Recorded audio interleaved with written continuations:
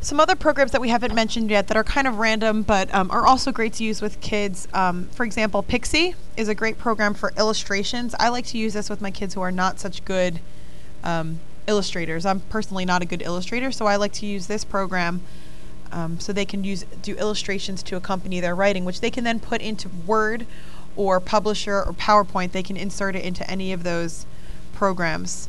And basically you can do backgrounds. You can choose backgrounds for it. Let's say you pick community, you want a baseball diamond.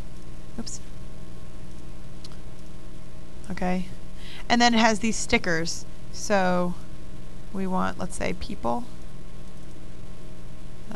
Family faces. Let's say we have a girl on the baseball field. Something like that. And they can add all these different things. You can draw lines, you can add text. You can, cut things out and move them around. There's lots of different things that you can do with the program. You can fill things in, with all funky like that, and it's a great way for them to do illustrations because they can really take what's in their imagination and put it on paper without having to be a good artist. The other one that I like to use is Type to Learn.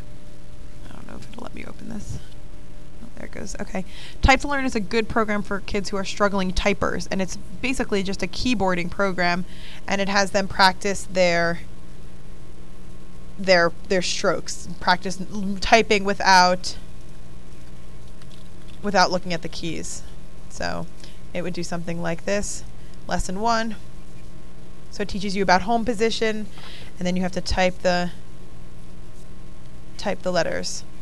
And you have to do a warm-up. So basically that's what that one's about, which is good practice, or it can be an independent center as well. Another one that I like to do is Web Blender. And Web Blender is a website program that's really easy for kids to use. They can create their own website with very little effort. It doesn't take a lot of background knowledge. They can also use Pixie as their pages. It's very similar to Pixie. You can use background knowledge from Pix for Learning. This can be there. They can find pictures from all over the place. And they can basically create their own website. You bank page, so you include different pages, and then they can link them all together, and you can publish it to a website, and their websites can be live.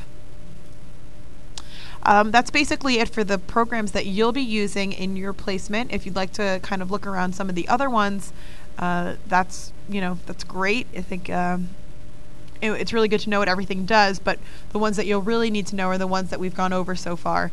So I hope this was helpful, and I hope that you'll use the applications with your class.